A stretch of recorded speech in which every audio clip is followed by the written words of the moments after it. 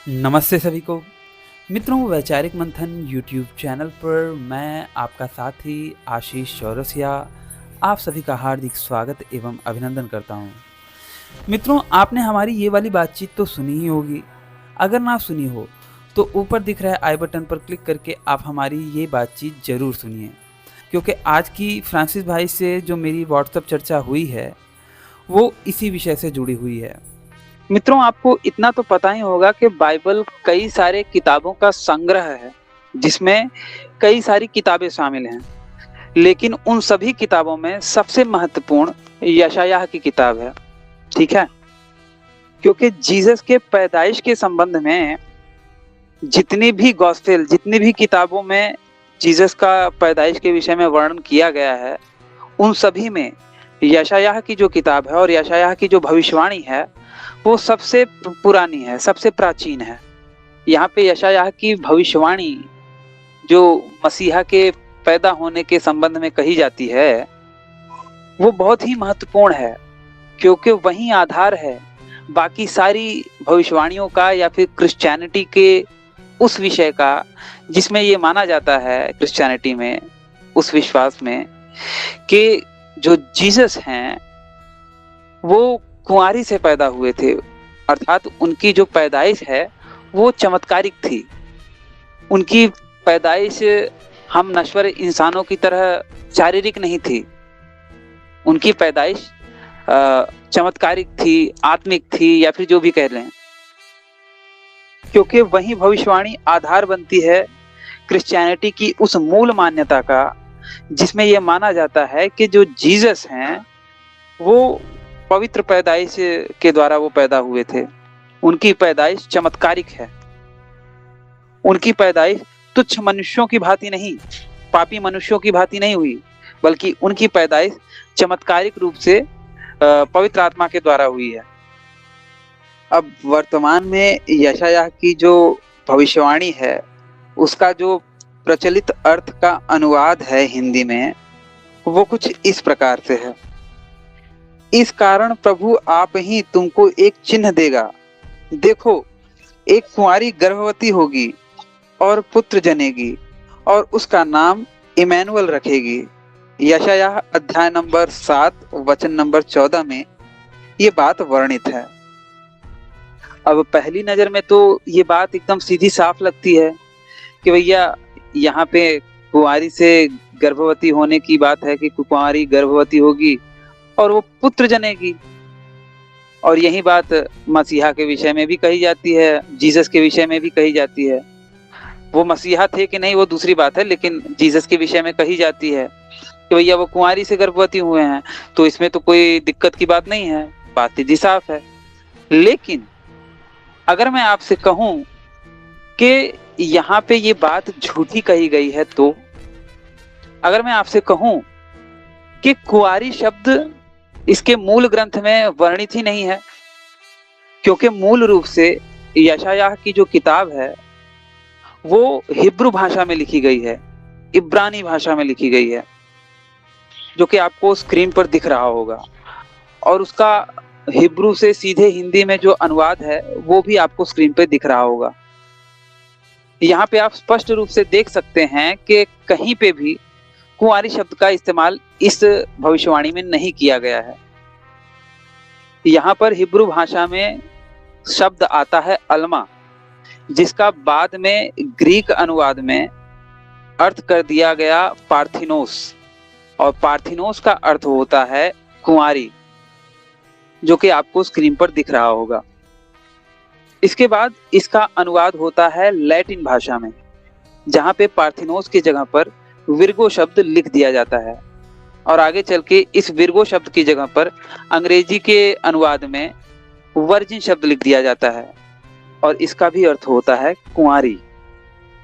हालांकि बाइबल के अनुवाद की जो यात्रा रही है वो बड़ी ही दिलचस्प है, जिस पर कभी और किसी वीडियो में बातचीत करेंगे। फिलहाल तो जैसा कि मैंने आपको बताया, जो मूल हिब्रू भाषा में यशायाह की भविष्यवाणी या फिर यशायाह की किताब लिखी गई थी, उसमें कहीं पर भी कुंवारी शब्द का इस्तेमाल नहीं किया गया है। वहां पे युवती शब्द का इस्तेमाल किया गया है। लेकिन कुंवारी शब्द बाद के अनुवादकों ने गलती से, या फिर जहां तक इस बात की ज्यादा संभावना है कि उन्होंने चालबाजी करके वर्जिन शब्द को ऐड कर दिया, अर्थात के कुंवारी शब्द को ऐड कर दिया। और यही यशायाह की भविष्यवाणी का गलत अनुवाद पूरे विश्व भर के क्रिश्चियनों का मूल आधार बनता है, इस विश्वास का कि जो जीसस हैं वो कुंवारी से पैदा हुए थे। और इसी विषय पर मेरी मिस्टर जॉन फ्रांसिस जी के साथ जो बातचीत हुई थी, उसका एक अंश आप पहले सुन लीजिए, क्योंकि उसके बाद आप जब हमारी व्हाट्सएप चर्चा सुनेंगे तो आपको चीजें ज्यादा अच्छे तरीके से समझ में आएंगी। तो पहले जरा उस बातचीत का एक छोटा सा हिस्सा सुनिए। अब जैसे कि मैंने दो बड़े-बड़े अनुवादकों, जो दो बड़े-बड़े गॉस्पेल लिखने वालों का मैंने जिक्र किया कि वो लोग तो इस मामले में चुप हैं, और केवल एक जगह पे जहां पे कुंवारी वर्जिन बर्थ की बात बताई जा रही है, वो भी ग्रीक भाषा की अनुवाद की त्रुटि के वजह से वर्जिन बर्थ हो गया है। नहीं तो अगर आप मूल जो बाइबल जिस भाषा में लिखी गई है उसमें देखें तो वहां पे अल्मा शब्द आया है, जिसका मतलब कुंवारी है ही नहीं, जिसको के आधार बनाता है क्रिश्चियनिटी, वो भी ग्रीक अनुवाद को। तो इस तरीके से बातें हैं कि भैया ये सारी चीजें जोड़ी गई हैं। तो आप ये क्या बिलीव करते कि जो गॉस्पेल्स लिखा गया था कि वो ओरिजिनली आप कह रहे हैं कि हिब्रू भाषा में लिखा गया था, मतलब मूल भाषा कौन सी है आप बताइए। देखिए, जो ये लिखा गया था ना, जो गॉस्पेल्स हम लोग देखते हैं वो ग्रीक भाषा में जो है पहले लिखा गया है ओरिजिनली पहले ग्रीक भाषा में लिखा गया है।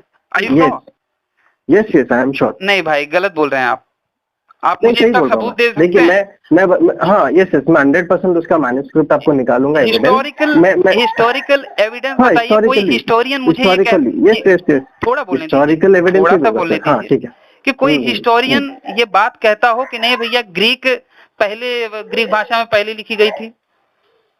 मैं वही ठीक है, मैं आपका ठीक है, मैं आपका मांग आपका समझ गया। एक मिनट, ये सब मैं नोट डाउन कर रहा हूँ। इस बातचीत के बाद फ्रांसिस जी से मेरी अगले 3 दिनों में क्या बातचीत हुई व्हाट्सएप पे ऑडियो कमेंट के माध्यम से, वो सुनिए। फ्रांसिस भाई नमस्कार। फ्रांसिस भाई, आपने जो हमारी पिछली बातचीत में एक बात कही थी कि भैया वो जो सुसमाचार है, जिसमें मैंने यशायाह के भविष्यवाणी के बारे में, यशायाह के सुसमाचार के बारे में कहा था कि भैया वो मूल रूप से इब्रानी भाषा में है, जिस पर आपने कहा था कि नहीं वो ग्रीक भाषा में है। तो थोड़ा सा मुझे उसका प्रमाण दीजिए कि यशायाह मूल रूप से ग्रीक भाषा में लिखी गई थी, इसका मैं प्रमाण जानना चाहता हूँ। थोड़ा सा आप मुझे बताइए कि जो यशायाह की गॉस्पेल उसमें वो ग्रीक भाषा में है मूल रूप से, और बाद में इब्रानी भाषा में उसका ट्रांसलेट हुआ। जबकि जितना मैंने जानकारी ली है, ऐतिहासिक एविडेंस वगैरह जितना भी मैंने देखे हैं, उसमें तो मुझे यही पता चलता है कि भैया यशायाह की जो गॉस्पेल या फिर सुसमाचार है, उसमें यशायाह की जो बातें हैं, यशायाह जी ने जो बातें लिखी हैं, वो मूल रूप से इब्रानी भाषा में, हिब्रू भाषा में लिखी गई है। तो थोड़ा इसके बारे में भी आपने कहा था कि प्रमाण देंगे, तो थोड़ा दीजिएगा भाई, ठीक है। अब मित्रों, आप दोनों जन को मैं ये कहना चाहूँगा कि जो मैंने ऊपर फोटो भेजा है ना, वो यशायाह स्क्रॉल है। यशायाह की वो मूल पांडुलिपि है जिसमें यशायाह ने अपना सुसमाचार लिखा था, और ये डेड सी स्क्रॉल का एक हिस्सा है, ठीक है। डेड सी स्क्रॉल मतलब कि मृत सागर में जो स्क्रॉल्स मिले थे, उन्हीं का एक हिस्सा है। ये पांडुलिपि लगभग 2000 साल से भी अधिक पुरानी मानी जाती है, ठीक है। इसमें यशायाह का 7 का 14 वाला वचन भी है, जो कि आधार बनता है, जिसको के आधार लेकर पूरा क्रिश्चियन समाज ये बताता है कि यीशु जो है वो चमत्कारिक पैदाइश थी, वो तो वर्जिन बर्थ हुआ था, और मरियम कुंवारी गर्भवती हो गई थी, और यहाँ पे ये जो मूल हिब्रू भाषा आप देख सकते हैं कि ये हिब्रू भाषा में लिखी गई है, ठीक है। तो यहाँ पे हिब्रू भाषा में जो 7 का 14 वाला वचन है, उसमें बोला गया है अल्मा शब्द, और अल्मा शब्द का अर्थ होता है युवती। उसका अर्थ कहीं पर भी कुंवारी नहीं होता, वर्जिन नहीं होता। लेकिन जब इसी को ग्रीक भाषा में अनुवाद किया जाता है, इसी का जब ग्रीक भाषा में अनुवाद होता है, तो ग्रीक भाषा का जो अनुवादक है वो उसे वहाँ पर उस शब्द का, अल्मा शब्द का अनुवाद करता है पार्थिनोस, जिसका अर्थ होता है वर्जिन या फिर कुंवारी। और यही आधार बनता है बाकी आगे की आने वाली 2 गॉस्पेलों का, जहाँ पे जिक्र मिलता है कि भैया वो वर्जिन बर्थ था, ठीक है। तो सबसे पुराना, सबसे प्राचीन जो गॉस्पेल है, जो कि हिब्रू भाषा में लिखा गया है, जिसको के दावा कर रहे थे हमारे फ्रांसिस भाई कि वो ग्रीक भाषा में लिखा है, तो वही मैंने प्रमाण दिया है, ठीक है। अब इससे पुराना कोई प्रमाण उनके पास हो तो बताएं। और इसकी प्रामाणिकता पर मैं एक और बात बताना चाहूँगा कि ये यरूशलेम के श्राइन ऑफ द बुक नाम के संग्रहालय में सुरक्षित है, म्यूजियम में सुरक्षित है।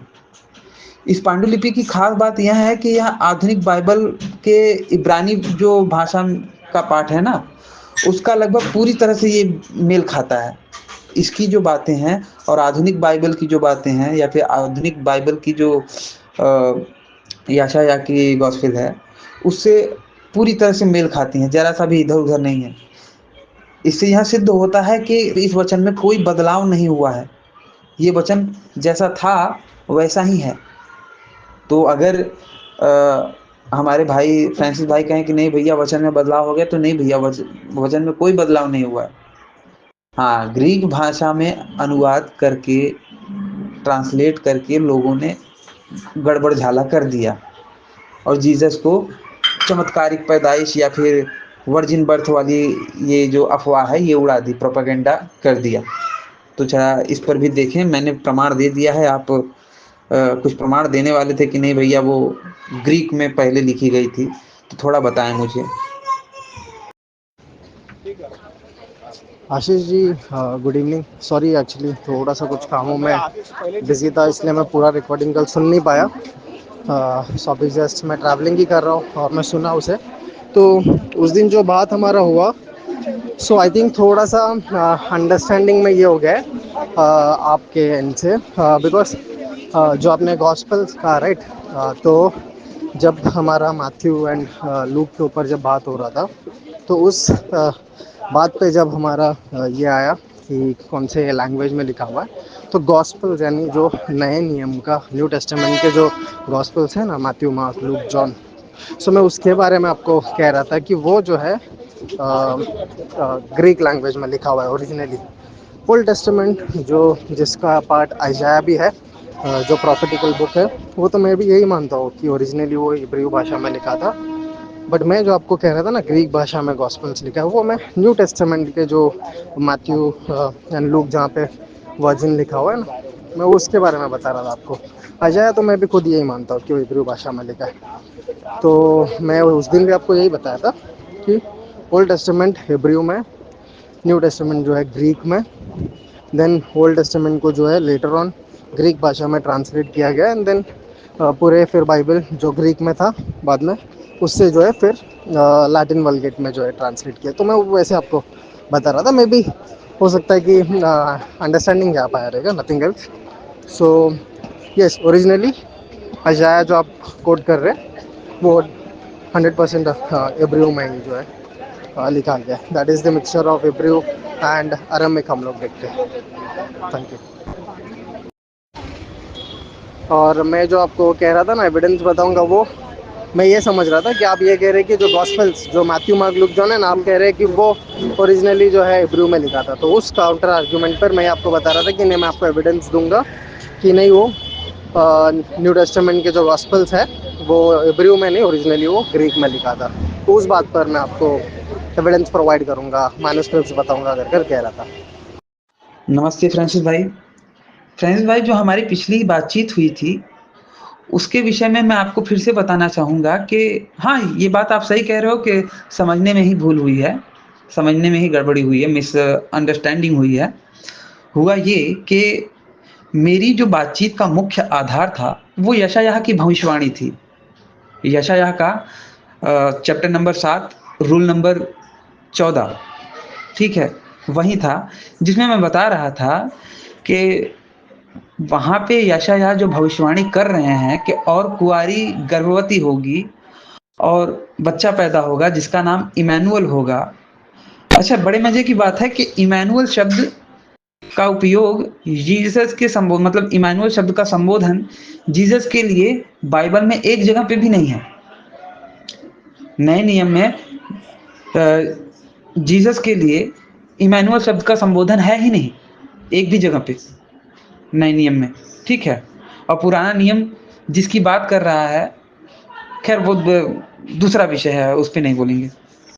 फिलहाल कहना ये है कि जो मैंने आपको बताया कि उससे पहले जो बोला गया है, अल्मा शब्द का वर्णन जो आया है ना, वो हिब्रू भाषा में मूल रूप से जिस भाषा में यशायाह ने उसे लिखा था, वहाँ पे अल्मा शब्द का इस्तेमाल किया था, जिसका अर्थ होता है युवती, ठीक है? ना कि कुँवारी, ना कि वर्जिन, ठीक है? और जब ग्रीक भाषा में इसका अनुवाद हुआ, तो वहाँ पर इसे पार्थिनोस कर दिया, ठीक है? और पार्थिनोस का मतलब होता है वर्जिन, कुँवारी, ठीक है? तो पार्थिनोस का मतलब होता है कुँवारी, और उसी के आधार पे लोग कुँवारी से पैदा हुए इस तरीके की बातें चर्च दिव्यता बताने के लिए सम्राट कॉन्स्टेंटाइन की सभा में इन सब चीज़ों का निर्णय हुआ, ठीक है? अब बात ये है कि मेरा आधार वही था जिस पे मैं आपसे बात कर रहा था। मेरी तरफ से दलील यही थी ना कि भैया जीसस कुँवारी से पैदा नहीं हुए हैं, और मैं उसी के लिए बोल रहा था। तो आपने शायद कुछ बात होगी तो शायद आपने बोला कि भैया ग्रीक भाषा में लिखा गया है मूल रूप से सुसमाचार, ठीक है? तो मैंने कहा कि नहीं भाई, ऐसा कैसे हो सकता है? और वही हाँ, लेकिन अब मुझे समझ में आ रहा है कि आपको लगा, मतलब मुझे जैसा लगा कि आप इस यशायाह की भविष्यवाणी के लिए कह रहे थे कि ये ग्रीक भाषा में मूल रूप से लिखा गया है, जबकि आप शायद कह रहे थे नए नियम के जो भी सुसमाचार हैं, वो ग्रीक भाषा में लिखे हैं, आप उनके बारे में कह रहे थे। और मैं, चूँकि मेरा आपसे बातचीत करने का जो बेस था वो तो यही था कि भैया अल्मा बनाम पार्थिनोस, तो मैं तो उसी पे बात कर रहा था। तो हो सकता है मिसअंडरस्टैंडिंग हो गई होगी, ठीक है?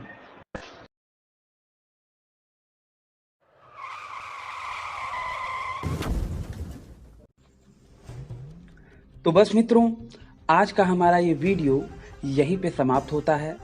जैसा कि आप लोग जानते हैं कि हमारा ये चैनल डीमोनेटाइज हो गया है और फिलहाल इसके मोनेटाइज होने की कोई आशा नहीं दिख रही। तो अगर आप मुझे धर्म के लिए मेरे इस कार्य में सहयोग करना चाहते हैं, तो स्क्रीन पर दिख रहे QR कोड पर आप मुझे सहयोग कर सकते हैं। और अगर आप सामर्थ्यवान नहीं हैं, तो कोई बात नहीं, कम से कम अपने इस चैनल को सब्सक्राइब करें और इस वीडियो को अपनी मित्र मंडली में ज़्यादा से ज़्यादा शेयर करें। हो सकता है आपके एक शेयर से हमारा कोई भाई या बहन इनकी सच्चाई से अवगत हो जाए और अधर्म में जाने से बच जाए। अपने जीवन काल में प्रतिवर्ष एक पेड़ अवश्य लगाएं, क्योंकि बाकियों के लिए तो जन्नत और जहन्नुम है, लेकिन आपको पुनः इसी धरती पे आना है। तो इस धरती माँ की रक्षा के लिए एक पेड़ प्रतिवर्ष अवश्य लगाएं। इस वीडियो को अंत तक देखने के लिए आप सबका बहुत बहुत धन्यवाद। नमस्ते जी, जय श्री राम, हर हर महादेव, जय माँ भारती। अगर हो जाए तो आप छोड़ दोगे? आप अपराधियों को क्षमा करोगे कि छोड़ दोगे? मैं तो मानूंगा, आप बताइए। आप मैं तो क्षमा कर दूंगा। आपकी बेटी के साथ अगर किसी ने, या आपकी माँ के साथ किसी ने, आपकी बहन के साथ किसी ने कर दिया, तो आप क्षमा कर दोगे? अर्जुन भाई जाना चाहेंगे क्रिश्चियनिटी में?